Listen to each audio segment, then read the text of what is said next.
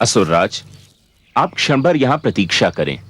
मैं महारानी कयाधु को आपके आने की सूचना दे दूं।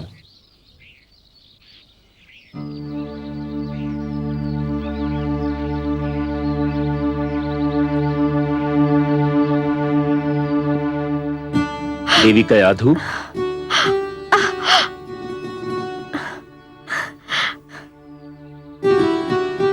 आप आ गए देवर्षि। मैं अकेली कब से घबरा रही थी। देवी कयाधु, अब न तो आप अकेली रहेंगी और न ही आपको घबराहट होगी, क्योंकि मैं अपने साथ आपके अकेलेपन और घबराहट दूर करने की सामग्री लाया हूं। क्या? मैं आपके पति असुरराज हिरण्यकश्यपु को अपने साथ लाया हूं। असुरराज,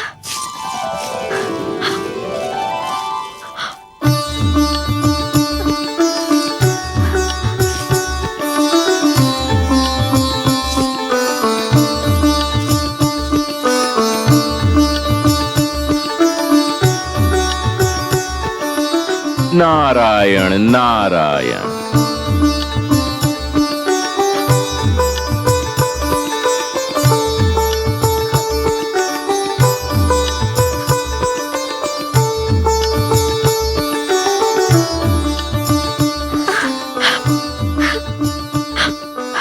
महारानी, कैसी हो? देवर्षि की कृपा से मैं बिल्कुल ठीक हूँ महाराज। उन्होंने मुझे देवराज से छुड़ाकर यहाँ आश्रय दिया और मेरी ऐसी देखभाल की जो राजभवन में भी संभव नहीं थी। महारानी, देवराज इंद्र को अपने किए का फल मिल चुका है, किंतु देवर्षि नारद के उपकार को चुकाना मेरे लिए कभी संभव नहीं होगा। उन्होंने आपको और मेरी होने वाली संतान को बचाकर मुझे जीवन भर अपना आभारी बना लिया है, किंतु अब आपको चिंता नहीं करनी चाहिए। चलिए राजभवन चलते हैं, हमारी संतान वहीं जन्म लेगी। महारानी। नहीं महाराज। क्यों? इस कुटिया में मुझे वह आनंद और स्नेह मिला है जो मुझे राजभवन में भी नहीं मिल सकता। यहाँ मैंने एक ऐसी सुरक्षा का अनुभव किया है जो मैंने अपने जीवन में कभी नहीं पाई। हे महाराज, मेरी इच्छा है कि मेरी संतान का जन्म यही हो।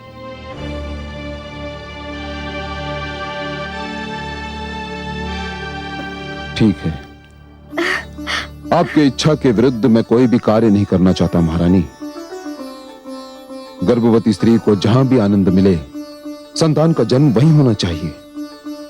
मुझे कोई आपत्ति नहीं। मैं ये समाचार देवर्षि को सुनाता हूं। आप निश्चिंत होकर विश्राम करें। आइए।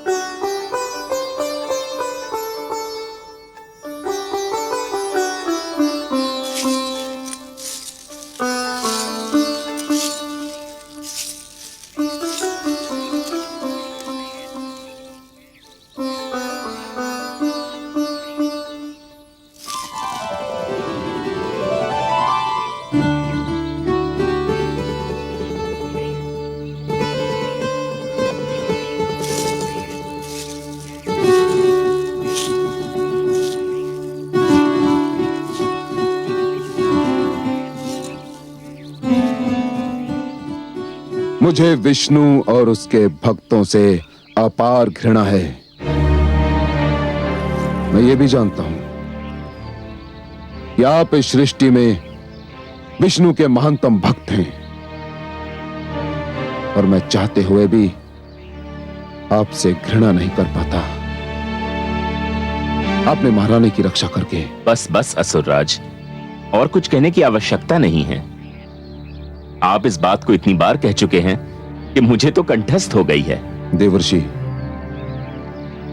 महारानी कयादू ने पुत्र के जन्म तक आपके आश्रम में रहने की इच्छा व्यक्त की है और मैं उनकी इच्छा के विरुद्ध उन्हें यहां से ले जाना नहीं चाहता।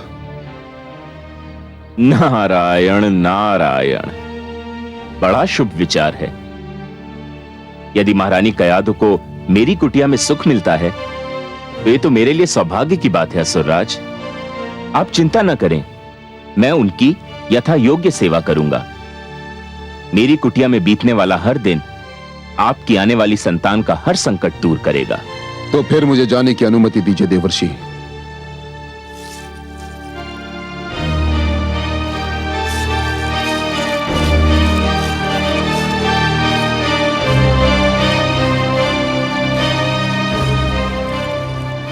हे नारायण, आपकी लीला भी अनुपम है।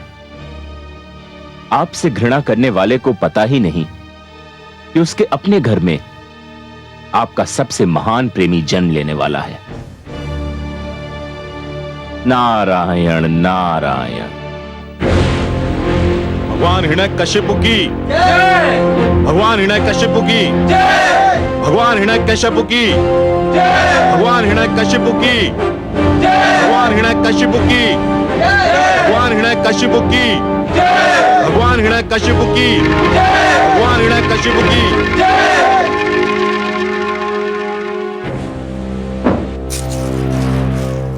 बधाई हो भगवान हिरण्यकशिपु, इंद्रासन पर बैठने के लिए बहुत बहुत बधाई हो। अब तो अप्सराएं आपके संकेत पर नृत्य करेंगी। समस्त देवगण नतमस्तक होकर आपको नमस्कार करेंगे।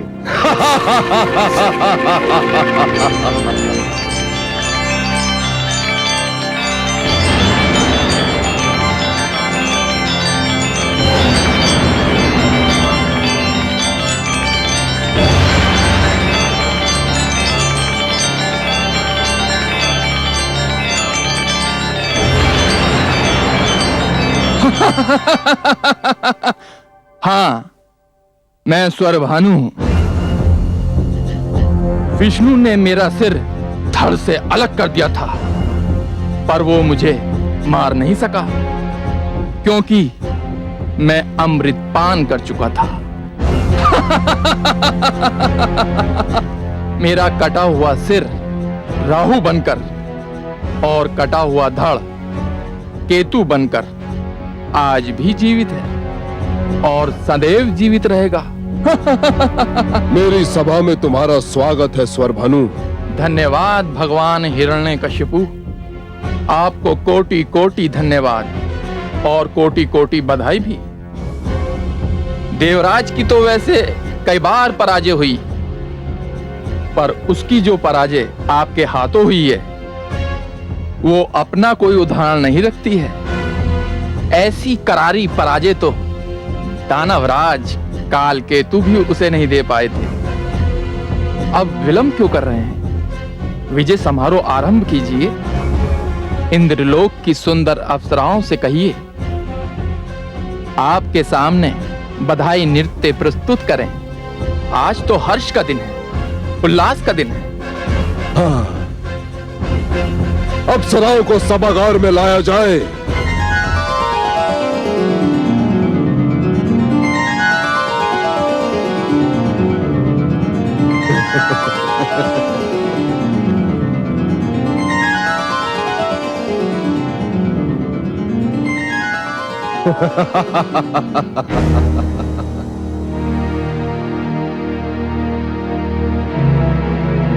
देवलोक की अप्सराओं, तुम आज तक देवराज इंद्र के लिए नृत्य करती थी, किंतु आज से तुम भगवान हिरण्यकशिपु के लिए नृत्य करोगी, क्योंकि यह सिंहासन अब मेरा हो चुका है और मेरा ही रहेगा। नृत्य प्रस्तुत करो, एक ऐसा सुंदर नृत्य जिसे देखकर मैं अपनी कठोर तपस्या की सारी थकान भूल जाऊं।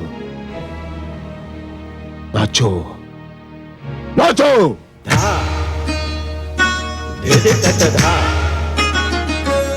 धिदकत धा धिदकत धा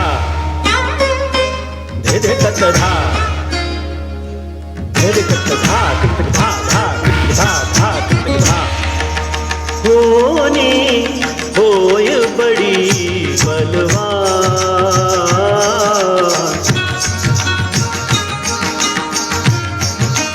होनी होय बड़ी बलवान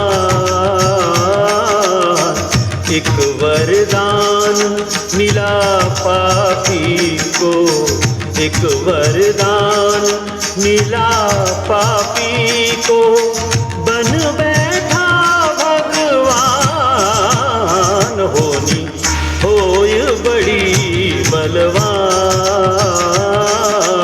दिग दिगता दिग दिगता दिग दिगता धा धा धा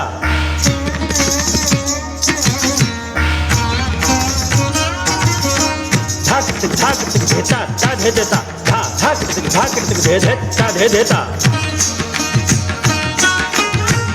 अहंकार के मधु में फूला करे पाप का काम तत थई तत आथई तत थई तत आथई तत थई तत आथई तत निर्दोषों को कुचले मसले ना जाने परिणाम धाक धाक धाक धाक झट झटता दया धर्म का अर्थ न जाने दया धर्म का अर्थ न जाने ये ऐसा पाषाण होनी होय बड़ी बलवान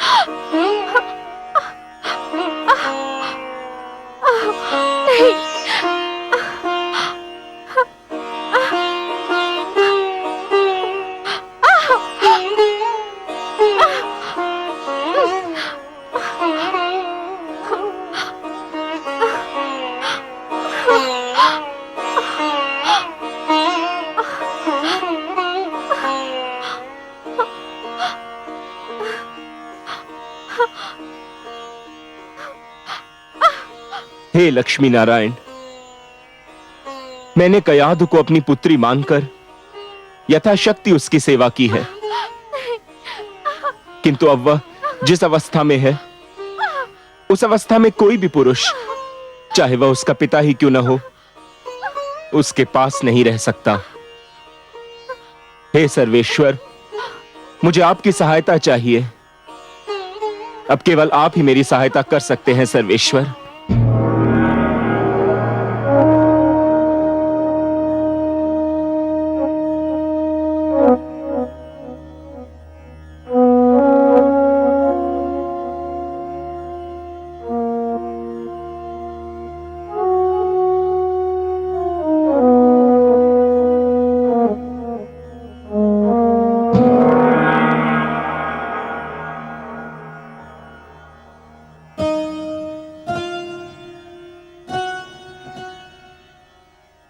हे योग माया, आप देवर्षि के आश्रम में जाइए।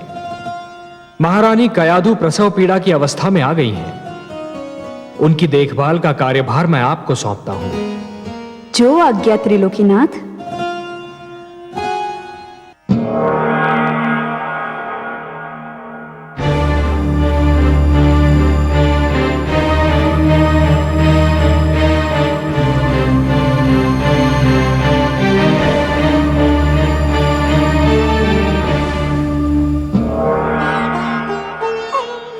प्रणाम देवर्षि। धन्य है देवी कि आप आ गईं। मेरे तो हाथ पांव फूल गए थे। आप चिंता न करें देवर्षि, मैं सब संभाल लूंगी।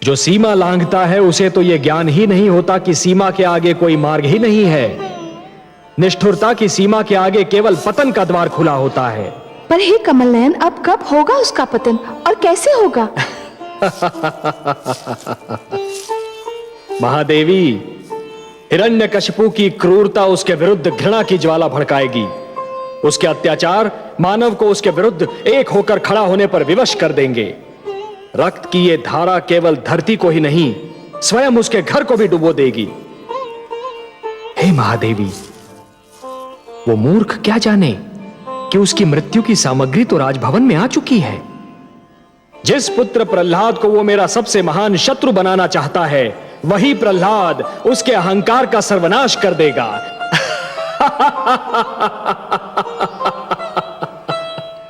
जिस प्रकार समुद्र को यह ज्ञान नहीं होता महादेवी कि उसकी गहराइयों में ज्वार पल रहा है, उसी प्रकार हिरण्यकशिपु को भी यह ज्ञान नहीं है कि उसके ईश्वरत्व को ललकारने वाला स्वयं उसके राजभवन में जन्म ले चुका है। महादेवी, यह कथा बहुत रोचक है। महादेवी, यह कथा बहुत रोचक है और इसका हर मोड़ अधिक रुचिकर होगा। पर आप चिंता न कीजिए देवी, जब अत्याचार अपनी सीमा से आगे बढ़ जाता है तो निस्संदेह उसका अंत भी हो जाता है। बधाई हो महाराज। देवऋषि नारद ने समाचार भेजा है कि महारानी कयादु ने एक अत्यंत सुंदर पुत्र को जन्म दिया है। बधाई हो भगवान हिरण्यकशिपु, बधाई हो। शुभ समाचार है ये, शुभ समाचार। ये तो बहुत ही शुभ शकुन है भगवान। अभी अभी विष्णु नाम के बालक का वध हुआ और अभी अभी ये सूचना मिली है कि आपके पुत्र ने जन्म लिया है। तुम सत्य कहते हो स्वर भानु, शुभ शकुन है ये, शुभ शकुन। इसका अर्थ ये हुआ कि मेरा पुत्र विष्णु का मुझसे भी बड़ा शत्रु सिद्ध होगा।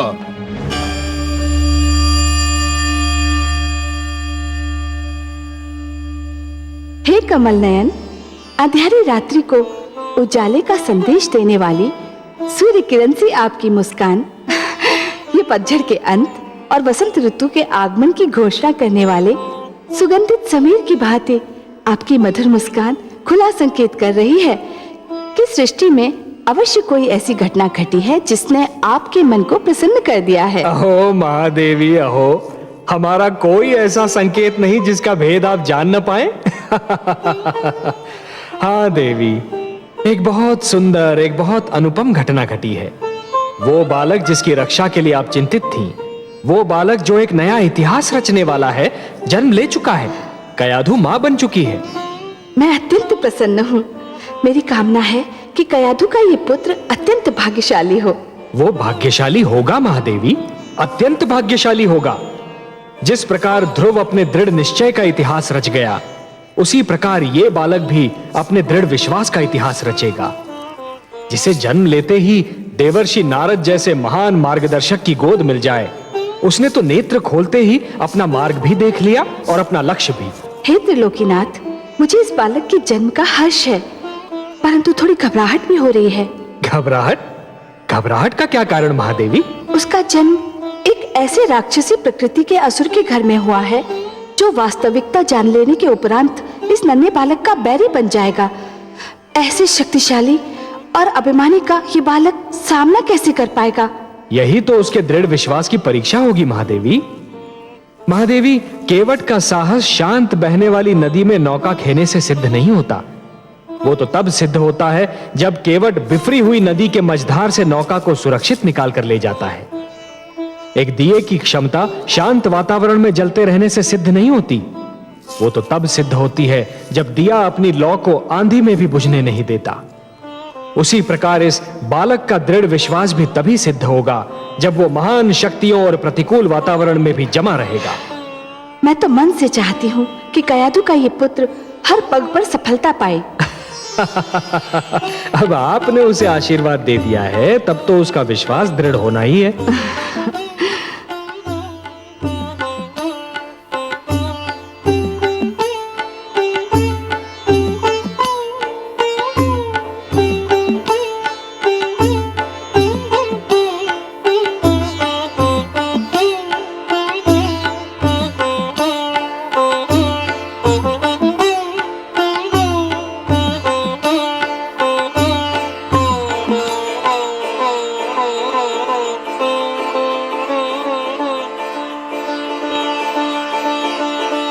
आयुष्मान भव पुत्र।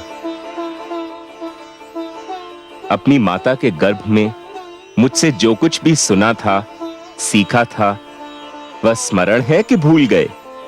ओम नमो भगवते वासुदेवाय। ओम नमो भगवते वासुदेवाय। बस बस पुत्र, मैं संतुष्ट हो गया। तुमने तो मेरा पूरा पाठ कंठस्थ कर लिया है। ध्यान रखना पुत्र, मैंने तुम्हें ईश्वर पर आस्था और विश्वास का मार्ग दिखाया है। यह विश्वास सृष्टि की महानतम शक्ति है। जो ईश्वर पर अडिग विश्वास रखता है, वह पर्वत से टकराए तो पर्वत झुक जाए, समुद्र से मिले तो समुद्र शांत हो जाए।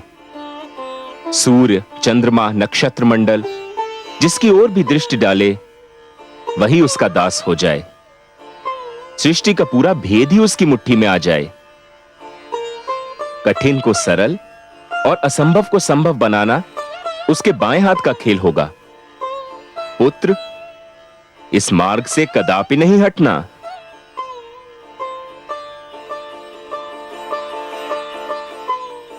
लीजिए देवी, इसे इसकी माता के पास पहुंचा दीजिए।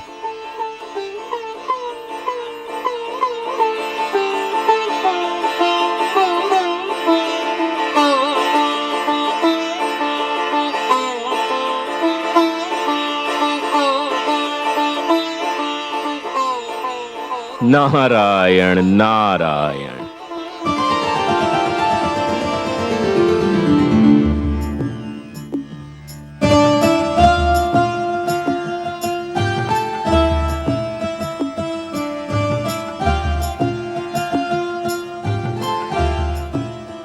देवर्षि, मेरा कार्य पूरा हो गया।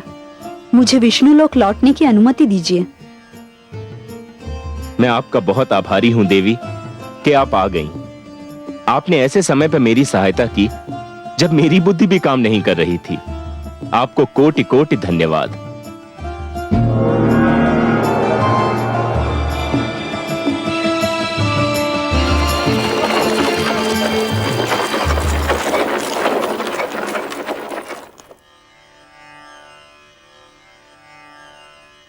नारायण नारायण।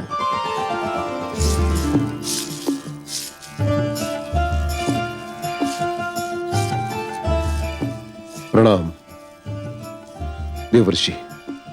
जब से मैंने सुना है कि मेरे पुत्र का जन्म हुआ है, मैं उसे देखने के लिए व्याकुल हूं। कैसा है मेरा पुत्र? स्वयं चलकर देख लीजिए। आइए। चलिए देवर्षि।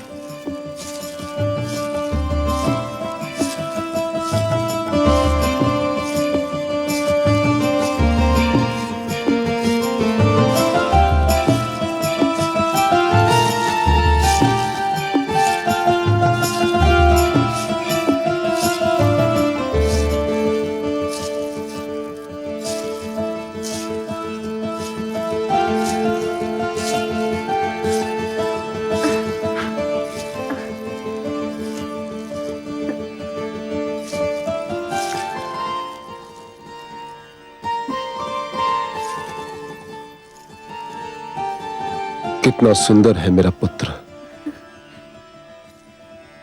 कितना प्रतिभावान लगता है। देवर्षि, इसके माथे से तो तेज की किरणें फूट रही हैं। कितनी मीठी है इसकी मुस्कान। उसकी आंखें सूर्य और चंद्रमा की भांति चमक रही हैं।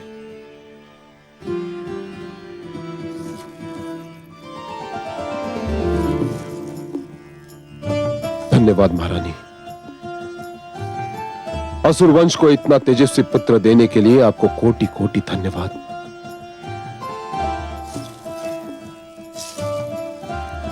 देवर्षि, आज यदि मेरा पुत्र सुरक्षित है तो केवल आपकी कृपा के कारण। असुरराज, मेरी कृपा आपको इसलिए लग रही है क्योंकि मैंने जो कुछ भी किया वो आपने देख लिया। आपके पुत्र पर तो धरती और आकाश से न जाने किस किस ने कृपा की है। आपने तो देख ही लिया कि इसके मुख पर कितना तेज है। देवर्षि, तीनों लोक में आपसे बड़ा ज्योतिष विद्या का ज्ञाता कोई नहीं। मेरी विनती है कि मेरे पुत्र का नामकरण आप ही करें। नारायण नारायण। असुरराज, आप पुत्र पाकर प्रसन्न हुए ना? प्रसन्न, अति प्रसन्न, हर्षित, अति हर्षित देवर्षि। तो जो अत्यंत प्रसन्नता देता है, असीम हर्ष प्रदान करता है, उसे प्रहलाद कहते हैं। असुरराज, मैं आपके पुत्र का नाम प्रहलाद रखता हूं, क्योंकि यह आपके जीवन में प्रसन्नता और आह्लाद लेकर आया है। प्रहलाद।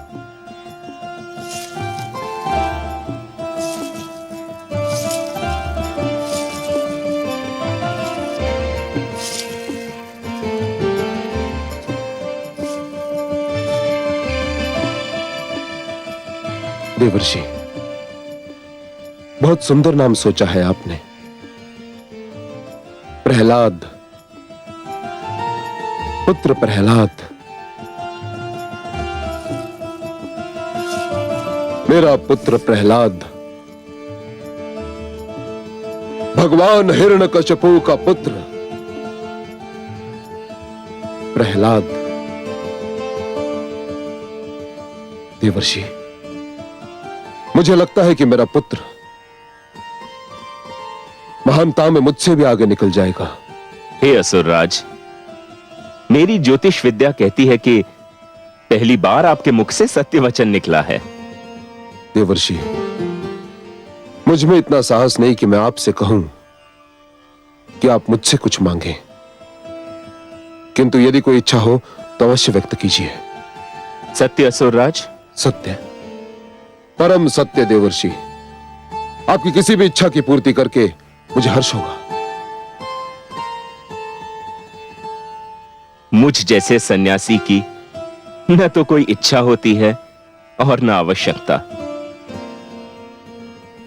किंतु असुरराज, पुत्री कयाधु इतने दिनों तक मेरी इस कुटिया में रही कि पहली बार मुझे पुत्री मोह का अनुभव हुआ, और फिर आपके पुत्र प्रहलाद ने जन्म लेकर मेरी इस कुटिया को अपनी मधुर किलकारियों से भर दिया। मेरी ये इच्छा है असुरराज कि ये दोनों कुछ और दिन मेरी ही कुटिया में रहें।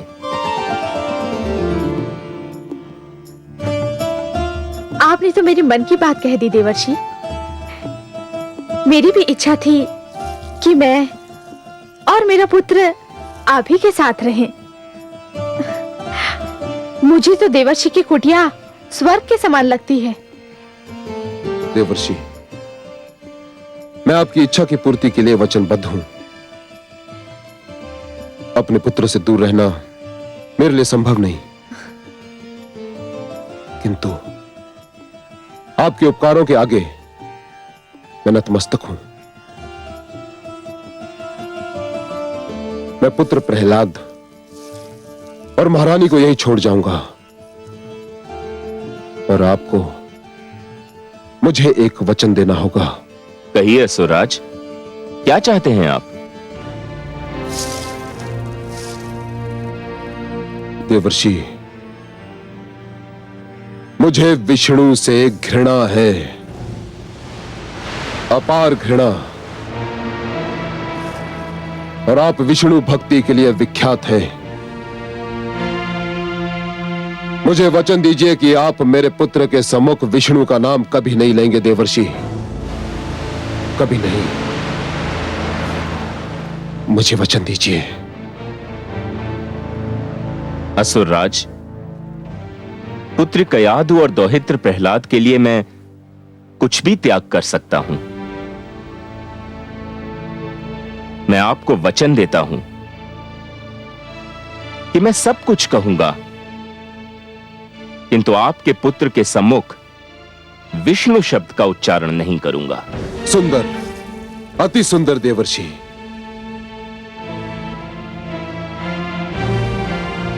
नारायण नारायण। कैसे वचन दे दिया देवर्षि ने कि वे प्रहलाद के आगे आपका नाम भी नहीं लेंगे?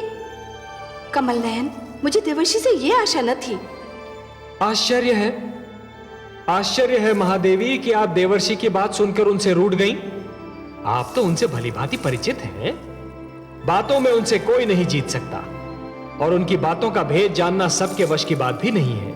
परंतु पलक झपकाए बिना इतनी बड़ी बात उन्होंने कह कैसे दी? उनके तो हर श्वास में आपका नाम छिपा होता है। होता है महादेवी, अवश्य होता है, पर हमारे देवर्षि बहुत चतुर हैं। वो ये भलीभांति जानते हैं कि जिस प्रकार सुंदरता का लोभी जब किसी मुख के सौंदर्य पर मुग्ध हो जाता है तो उसके चरित्र को जानने का प्रयास नहीं करता, उसी प्रकार एक मूर्ख शब्दों की चमक दमक में खो जाता है, उन शब्दों का अर्थ जानने की चेष्टा नहीं करता। मैं समझी नहीं कमल नयन। देवर्षि ने यही तो वचन दिया है ना देवी कि वो पुत्र प्रहलाद के सम्मुख विष्णु शब्द का उच्चारण नहीं करेंगे। हाँ सर्वेश्वर। आपने कभी उन्हें मुझे विष्णु पुकारते सुना? वो तो नित्य मुझे नारायण नारायण यही कहकर पुकारते हैं। और उन्होंने हिरण्यकश्यप को यह वचन तो नहीं दिया ना महादेवी कि वो नारायण शब्द का उच्चारण भी नहीं करेंगे। अब देखिए कि वो क्या पुष्प खिलाते हैं। सत्य ही है, देवर्षि बहुत चतुर हैं।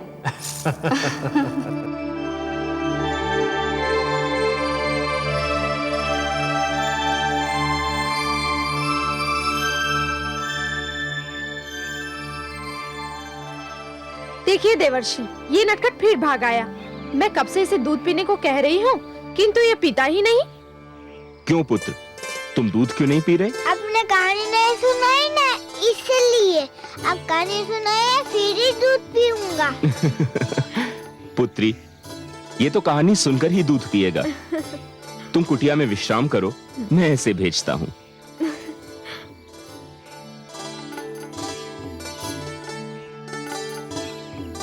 अभी कहानी सुनाइए ना। सुनाता हूँ। अच्छा, तुमने वासुदेव का नाम तो सुना ही होगा। वो तो मैं ना जाने कब से सुन रहा हूँ। उनके और भी कई नाम हैं। अब तो हर समय नारायण नारायण करते रहते, वो भी तो उन्हीं का नाम है। हाँ, और उनका नाम त्रिलोकीनाथ भी है, और उनका नाम जगदीश्वर भी, और माधव भी, कमल नयन भी, लक्ष्मीपति भी। तो एक दिन उन्होंने निश्चय किया कि सृष्टि की रचना की जाए। फिर क्या किया उन्होंने? सुनाता हूँ पुत्र, सुनाता हूँ, धैर्य रखो। उन्होंने अपनी नाभि से ब्रह्मा को और अपनी भ्रिकुटी से महादेव को जन्म दिया। फिर क्या हुआ? ब्रह्मा को आदि प्रजापति भी कहते हैं। क्या कहते हैं? आदि प्रजापति। हाँ, आदि प्रजापति ने कई प्रजापतियों को जन्म दिया। उनमें से एक थे ऋषि कश्यप। उनकी संतानों में तुम आते हो। अच्छा? हाँ, और एक और प्रजापति थे जिनका नाम था दक्ष। क्या नाम था? दक्ष। हाँ, प्रजापति दक्ष की पुत्री का नाम था सती। वह देखने में बहुत सुंदर थी। महादेव शिवशंकर ने उसे देखा और उससे विवाह कर लिया। एक दिन प्रजापति दक्ष किसी बात पर शिवशंकर से रूठ गए। उन्होंने शिवशंकर को अपनी पुत्री सती के सामने बहुत बुरा भला कहा। सती को यह बात अच्छी नहीं लगी। फिर क्या किया देवी सती ने? देवी सती ने योग शक्ति से अपने अंदर अग्नि उत्पन्न की। अच्छा, फिर क्या हुआ? फिर उन्होंने अग्नि से कहा कि हे अग्नि, मुझे भस्म कर दे। फिर क्या हुआ? फिर अग्नि ने उन्हें भस्म कर दिया। तो योग शक्ति से अपने अंदर अग्नि भी उत्पन्न की जा सकती है? हाँ, और यदि कोई यह अग्नि अपने भीतर ही रोक ले तो बाहर की कोई भी अग्नि उसे जला नहीं सकती। हाँ, परंतु इसे रोका कैसे जा सकता है? सांस भीतर की ओर खींची जाए और ओम नमो नारायण जपते हुए अंदर ही रोक ली जाए तो ये शक्ति भीतरी शक्ति बन जाती है। इसे प्राणायाम कहते हैं। क्या कहते हैं? प्राणायाम। और क्या कह के सांस रोकी जाती है? ओम नमो नारायण। सुंदर, अति सुंदर। अब पुत्र, तुमने कहानी सुन ली, अब अंदर जाकर दूध पियो। आप फिर ऐसी कहानी सुनाएंगे? हाँ हाँ, अवश्य सुनाऊंगा।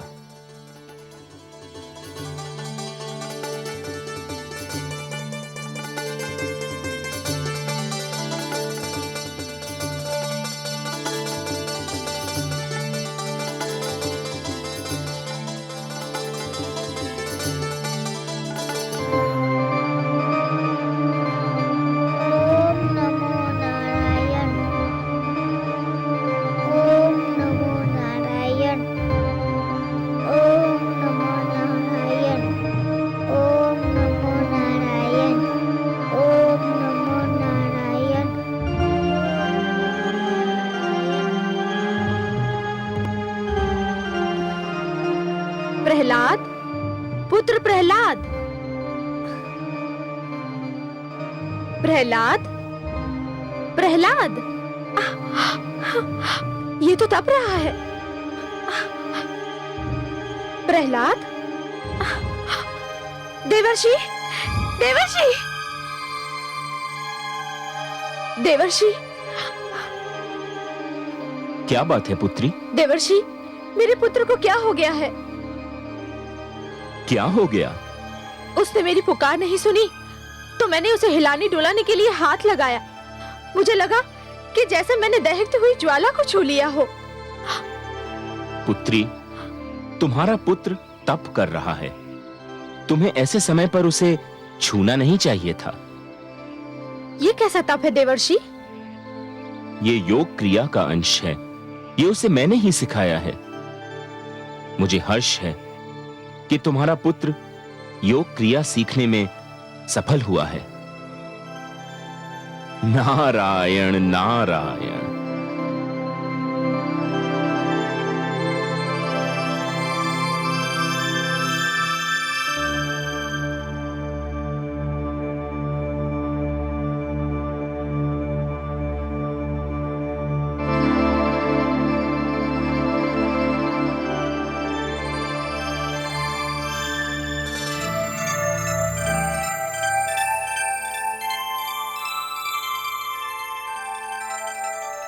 आयुष्मान भव।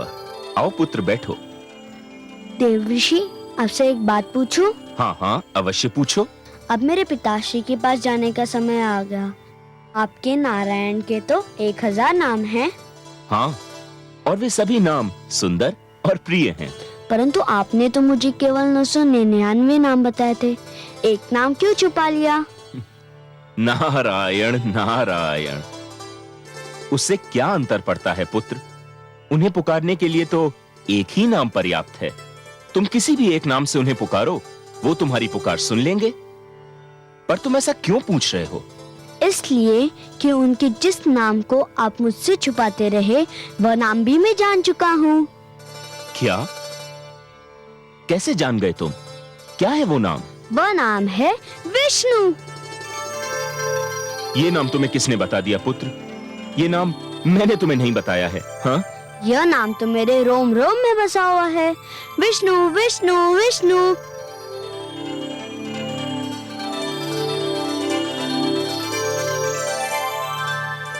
नारायण नारायण।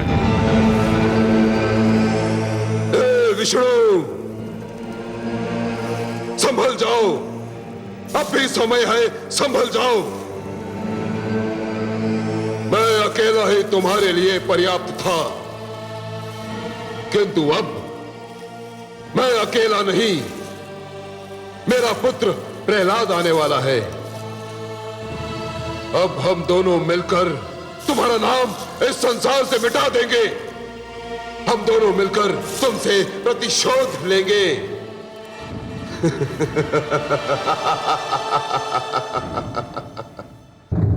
मैं मां हूं, धरती मां। शिशु का चरित्र उसके इर्द गिर्द फैले वातावरण पर निर्भर होता है। यदि ये वातावरण उत्तम है तो शिशु का चरित्र और आचरण भी उत्तम होता है। श्री विष्णु ने सत्य ही कहा कि कोई जन्म से सुर या असुर नहीं होता। आचरण और चरित्र ही किसी को सुर और किसी को असुर बनाते हैं। और ये आचरण उस वातावरण की देन होता है जिसमें किसी का पालन पोषण होता है। देवर्षि नारद की सुसंगति में और उनकी दी हुई शिक्षा के कारण प्रहलाद के मन में यह विश्वास घर कर गया कि ईश्वर सर्वशक्तिमान है और केवल वही सर्वशक्तिमान है, कोई दूसरा नहीं। ईश्वर जड़ चेतन में है, ईश्वर कण कण में है और जिसका सहायक ईश्वर हो उसे किसी और आश्रय की आवश्यकता नहीं। देवर्षि से ईश्वर की यह महिमा सुनते सुनते कई वर्ष बीत गए और अंत में वो घड़ी आ गई जब कयाधु के और प्रहलाद के जीवन संग्राम में प्रस्थान का समय आ गया।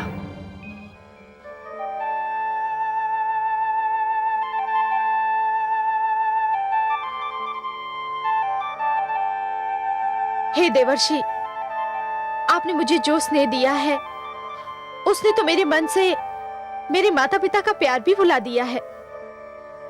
आपकी कुटिया में बीता हर पल मेरी स्मृतियों में सदैव सुरक्षित रहेगा। राजभवन के ऐश्वर्य में भी इस कुटिया का आनंद नहीं भूलेगा। देवऋषि, देवऋषि, देवऋषि, आप भी हमें संग चलिए ना देवऋषि।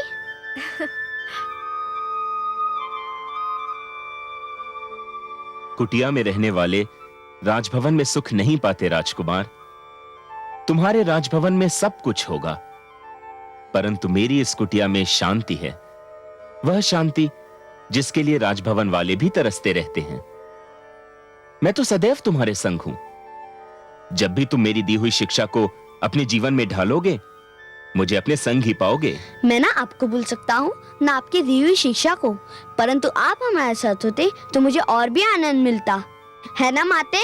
अवश्य पुत्र, देवर्षि साथ हो तो जीवन बहुत ही सुखद हो जाए।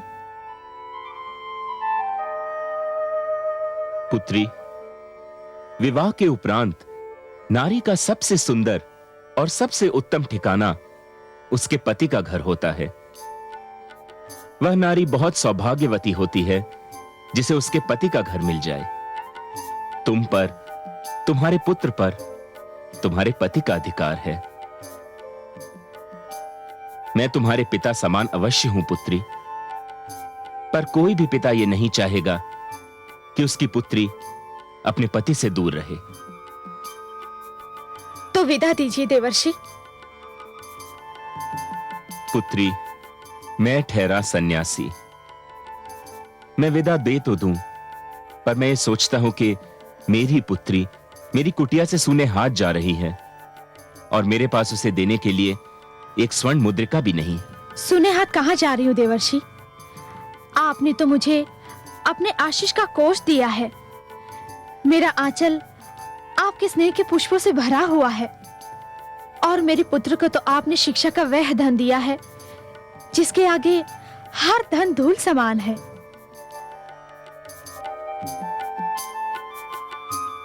पुत्र प्रहलाद, अपने विश्वास पर अडिग रहना। इस विश्वास के मार्ग में जो भी कठिनाई आए उसे हंसकर झेलना। यह विश्वास तुम्हें हर संकट और हर कठिनाई पर विजय दिलाएगा। आओ पुत्री, मैं तुम्हें तुम्हारे रथ तक छोड़ दूं। आओ पुत्र।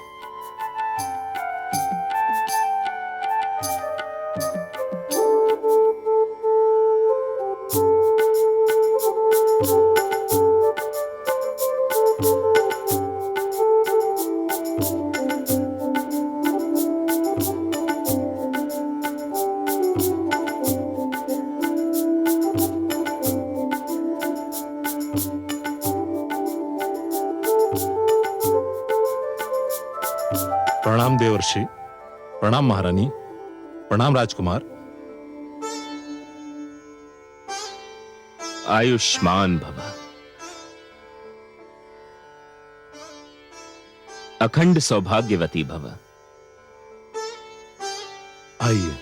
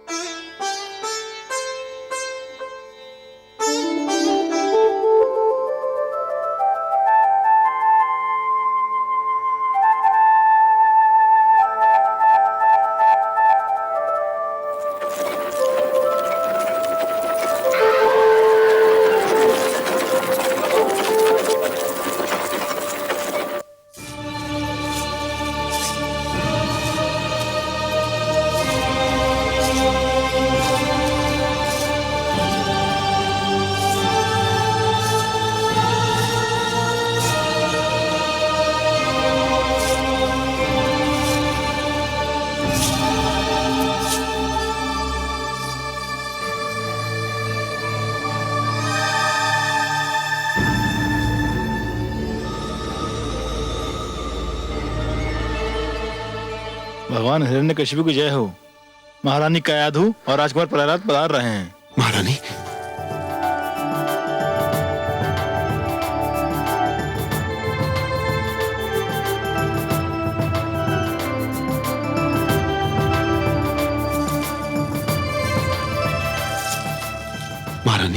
स्वामी, कैसी हो तुम?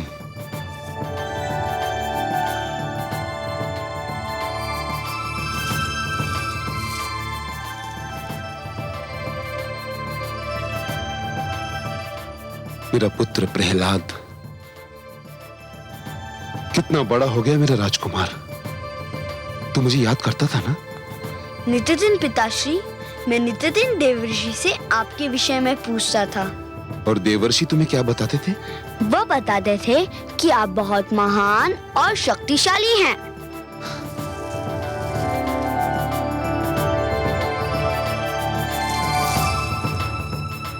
और क्या बताया उन्होंने?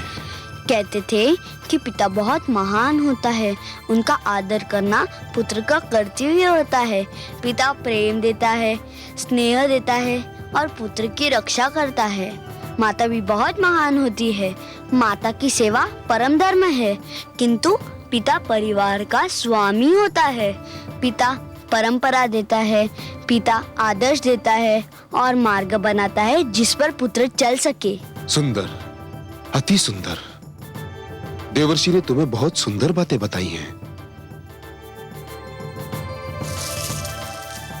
महारानी, आप दोनों बहुत दूर से आ रहे हैं, थक गए होंगे, थोड़ा विश्राम कर लीजिए। मैं सभागार जा रहा हूं, कार्य से निपट कर भेंट करता हूं।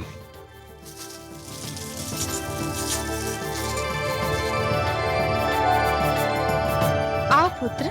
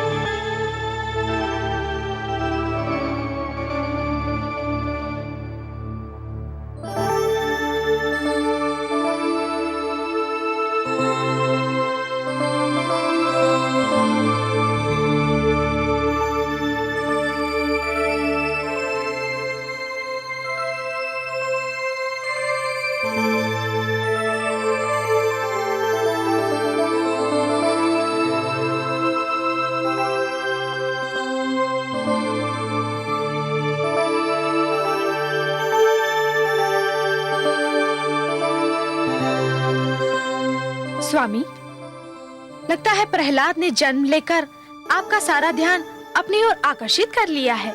सत्य कहा आपने, परम सत्य। इतना सुंदर पुत्र देकर आपने अपने प्रति मेरा प्रेम और भी बढ़ा दिया है। हमारे वंश को उत्तराधिकारी देकर आपने बहुत बड़ा उपकार किया है महारानी। यह तो केवल देवर्षि की कृपा का फल है स्वामी। उन्होंने तो मेरे लिए वह किया है जो केवल एक पिता ही कर सकता है। मैं भी उनका आभारी हूं महारानी। मैं सोचता हूं कि देवर्षि ने इसे जो सुंदर शिक्षा दी है उसकी श्रृंखला न टूटे। इसी कारण मैंने गुरुदेव को बुलाकर प्रहलाद की शिक्षा का भार उन्हें सौंपने का निश्चय किया है। आप पिता हैं, आप प्रहलाद के बारे में जो भी सोचेंगे उसके लिए अच्छा ही सोचेंगे। अब आप विश्राम कीजिए स्वामी। नहीं महारानी, आज की रात्रि सोने के लिए नहीं, तुम्हें निहारने के लिए है।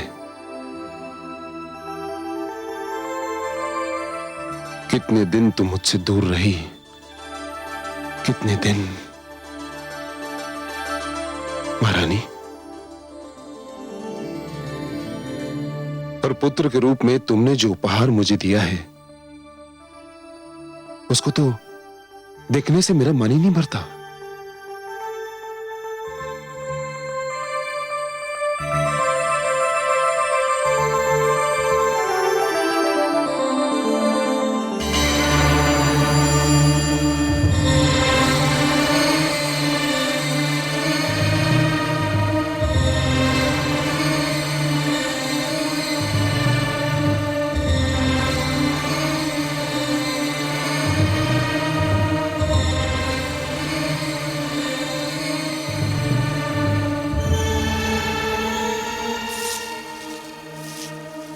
प्रणाम गुरुदेव। आयुष्मान भव। मैं आप ही की प्रतीक्षा कर रहा था पुत्र। ये हमारे गुरुदेव हैं, गुरुदेव शुक्राचार्य। गुरु ब्रह्मा गुरु विष्णु गुरुदेव महेश्वरा गुरु साक्षात परब्रह्म तस्मै श्री गुरुदेव नमः।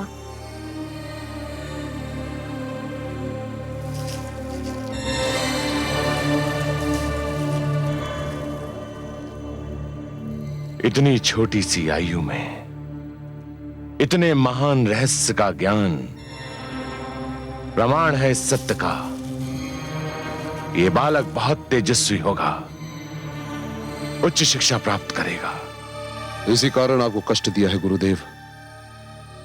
मेरे पुत्र को प्राथमिक शिक्षा तो देवर्षि नारद ने दी है और बहुत उत्तम शिक्षा दी है जिसे मैं परख चुका हूं। किंतु अब शेष शिक्षा के लिए मैं अपने पुत्र को आपके हाथों में सौंपना चाहता हूं। मुझे बहुत हर्ष होता वत्स, परंतु मैं तपस्या के लिए हिमालय जा रहा हूं। दुखद, अत्यंत दुखद। फिर मेरे पुत्र की शिक्षा का क्या होगा गुरुदेव? इसीलिए तो मैं इन्हें अपने साथ लाया हूं। ये मेरे शिष्य भी हैं और पुत्र भी, षंड और अमर्क। पुत्र, तुमने जिस मंत्र का उच्चारण किया वो देवताओं के गुरुकुल की परंपरा है। तुम्हें अब उस परंपरा में ढलना होगा जिसकी शिक्षा मेरे गुरुकुल में दी जाती है। ज्ञान और शिक्षा तो एक ही प्रकार की होती है गुरुदेव। क्या आपके गुरुकुल में कुछ और शिक्षा दी जाती है और देव गुरुकुल में कुछ और? हाँ वत्स, मैं असुरों और दैत्यों का गुरुदेव हूँ। देव गुरुकुल में देवताओं के गुरु हैं। गुरु तो गुरु होता है, चाहे वह किसी का भी हो, और हर गुरु महान होता है। गुरु तो सारे संसार का होता है और सबको कल्याण का मार्ग दिखाता है। तुम अभी छोटे हो पुत्र, इन बातों को नहीं समझ पाओगे, परंतु चिंता मत करो, षंड और अमर्क तुम्हें सब समझा देंगे। ये दोनों आचार्य हैं, तुम्हें वही शिक्षा देंगे जो मैं तुम्हें देता। पुत्र, प्रहलाद को गुरुकुल ले जाइए और इसे असुर संस्कृति, असुर नीति और असुर दंड विधान की शिक्षा दीजिए। जो आज्ञा गुरुदेव।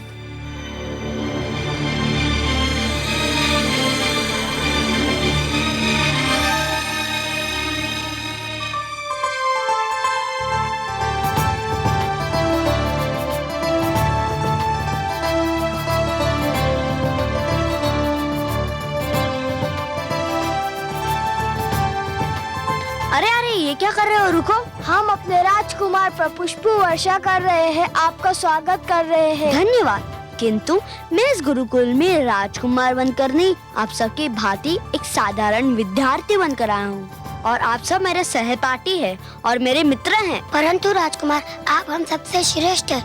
नहीं, हम सब में कोई श्रेष्ठ या तुच्छ, बड़ा या छोटा नहीं। गुरुकुल के सारे विद्यार्थी एक समान हैं। मैं यहाँ केवल उतना ही आदर योग्य हूँ जितने आप सब हैं।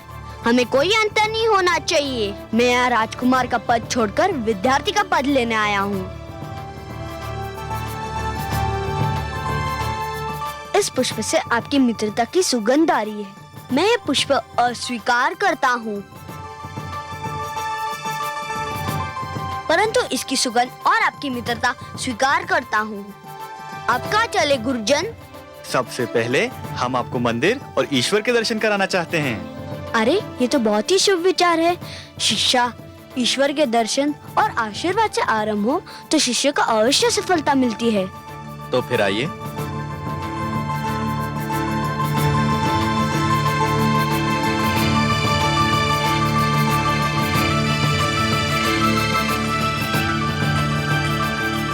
ये है हमारे गुरुकुल का मंदिर, आइए।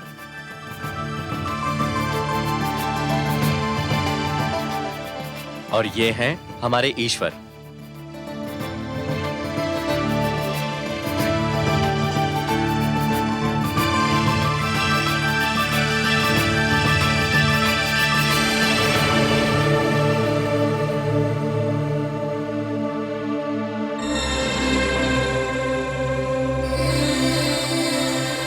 यह?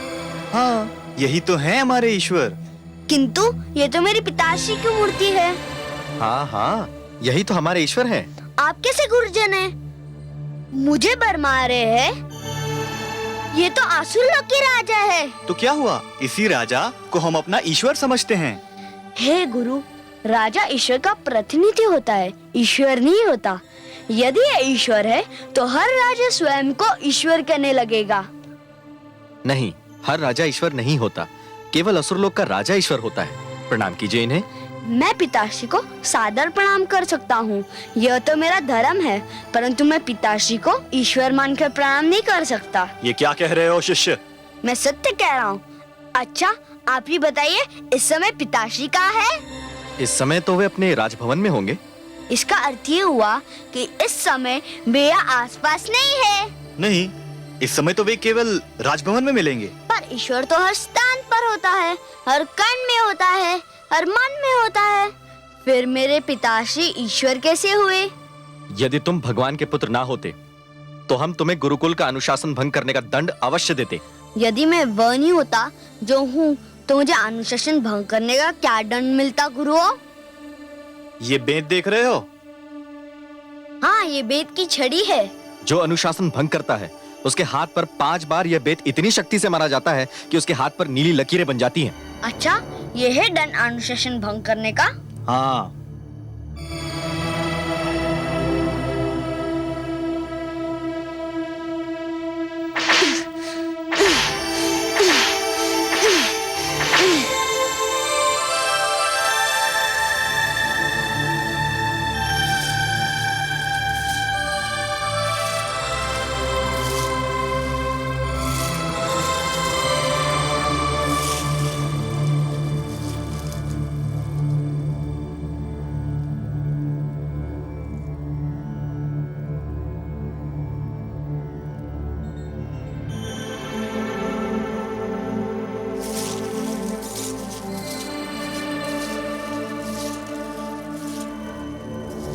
दया सागर, देखिए प्रहलाद ने किस प्रकार स्वयं को दंड दिया है। अपने कोमल तन पर कितने बलपूर्वक बेत मारे हैं, वो भी 1 बार 2 बार नहीं 5 बार। कितनी पीड़ा हो रही होगी उसे। पर महादेवी, 5 बार बेत मारकर उसने एक महान कार्य भी तो किया है। महान कार्य? क्या अपने हाथ पर बेत मार लेना महान कार्य है? हाँ प्रिय, उसने अपने हाथ पर 5 बेत मारकर सारे संसार को शिक्षा प्राप्ति के 5 अनुपम सिद्धांत बता दिए हैं। सबसे पहला सिद्धांत संयम, दूसरा सहनशीलता, तीसरा गुरु के आदेश का पालन, चौथा गुरुकुल में अपने उच्च कुल को भूलकर स्वयं को केवल एक विद्यार्थी समझना, और पांचवा अपने सहपाठियों को अपने मित्र सा सम्मान देना। प्रहलाद में अभी से ही महानता के लक्षण दिखाई दे रहे हैं। क्यों नहीं महादेवी, जिसने स्वयं देवर्षि नारद के चरणों में बैठकर प्रथम शिक्षा ली हो, वो महान नहीं होगा तो फिर कौन होगा? और अभी तो यह कथा केवल आरंभ हुई है महादेवी। बस आप तो देखती जाइए कि ये शिक्षार्थी अपने गुरुओं और सहपाठियों को क्या-क्या शिक्षा दे रहा है। हे गुरु, मुझे खेद है कि मैंने गुरुकुल का अनुशासन भंग किया। मैंने स्वयं को इसलिए दंड दिया कि आप मुझे राजकुमार समझकर दंड देने से डर रहे थे। अनुशासन सबके लिए होना चाहिए, चाहे वह कोई भी हो। परंतु हे गुरुजन, मैंने ईश्वर के विषय में आपसे जो बात कही वो सर्वथा उचित है। मैंने जो कुछ भी कहा वो सत्य है। हे गुरुजन, अनुमति दे तो आपसे कुछ कहने का साहस करूं? अवश्य कहो शिष्य। गुरु बहुत महान होते हैं, वे शिष्यों का भविष्य बनाते हैं। वे अच्छी शिक्षा दे तो शिष्य का जीवन सुधर जाता है, वे अच्छी शिक्षा ना दे तो शिष्य का जीवन नष्ट हो जाता है। उनका धर्म है कि वे सत्य का, ज्ञान का मार्ग दिखाए। सत्य का मार्ग ही सबसे अच्छा मार्ग होता है। सुन ली हमने तुम्हारी बातें शिष्य, परंतु अब बहुत देर हो चुकी है, हमारे विश्राम का समय हो गया है। तुम भी थोड़ा विश्राम कर लो, बाकी बातें फिर करेंगे। शिष्य, राजकुमार को उनका शयन कक्ष दिखा दो। जो आज्ञा गुरुदेव। हम चलते हैं।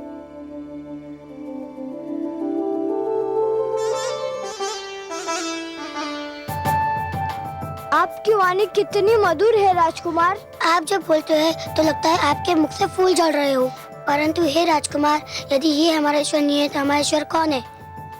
तुम्हारा ईश्वर वही है जो मेरा ईश्वर है, सारे संसार का ईश्वर है। कौन है वो? वही जिसने सूर्य, चंद्रमा और तारे बनाए हैं, जिसने दिन और रात्रि को बनाया है, जिसने समुद्र, नदियाँ और पहाड़ बनाए हैं, जिसने हमको बनाया है, तुमको बनाया है, सारे संसार को बनाया है। वो जो सर्वशक्तिमान है, वो जो चाहे वो कर सकता है। सर्वशक्तिमान तो हमारे भगवान हिरण्यकश्यपु भी है, वह भी जो चाहे वह कर सकते हैं। अच्छा, हाँ, और क्या?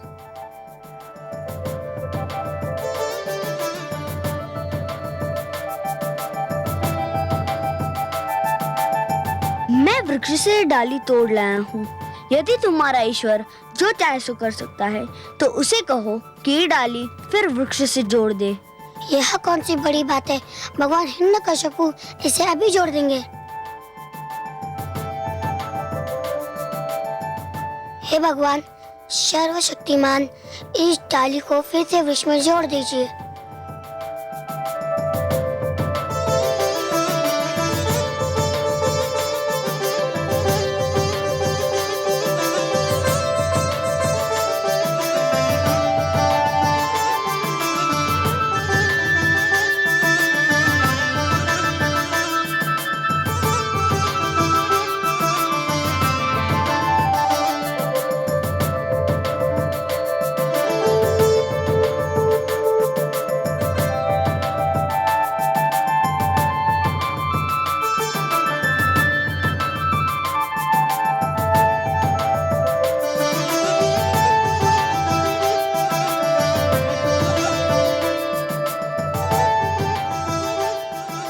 हमारे ईश्वर तो इसे नहीं जोड़ पाए, क्या तुम्हारे ईश्वर इसे जोड़ पाएंगे?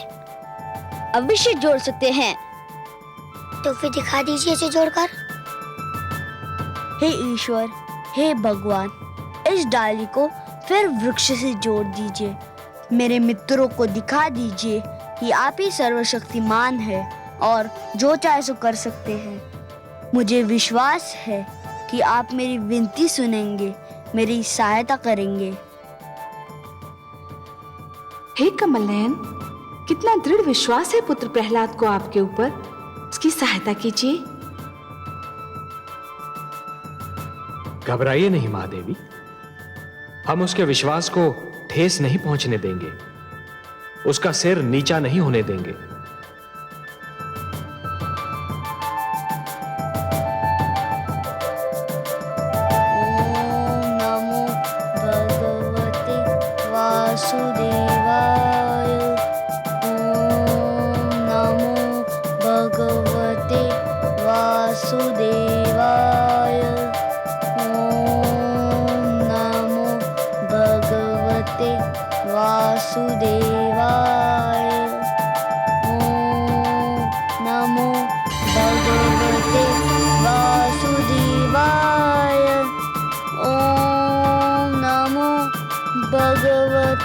वासुदेवाय। ओम नमो भगवते वासुदेवाय। अरे ये तो चमत्कार हो गया। धन्यवाद हे वासुदेव, तुमने मेरी लाज रख ली। तुमने बता दिया कि केवल तुम ही हो वो जो चाहे सो कर सकते हैं और कोई नहीं। ओम नमो भगवते वासुदेवाय। ओम नमो भगवते वासुदेवाय।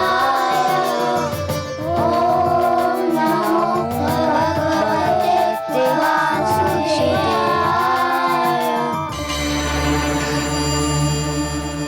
आपके चमत्कार को प्रणाम कमल नयन। आपके पुत्र प्रहलाद ने मुझ में अटूट विश्वास प्रकट किया था महादेवी। यदि मैं ये न करता तो उसके विश्वास को ठेस लगती। जिस प्रकार नदी अपने निकट आने वाले को प्यासा नहीं लौटाती, उसी प्रकार मुझे मन से तथा प्रेम से पुकारने वाले कभी निराश नहीं होते। और फिर उसकी सहायता करने के लिए आप ही ने कहा था ना? मैं ना तो आपकी बात को टाल सकता था और ना ही उसकी पुकार को अनसुना कर सकता था।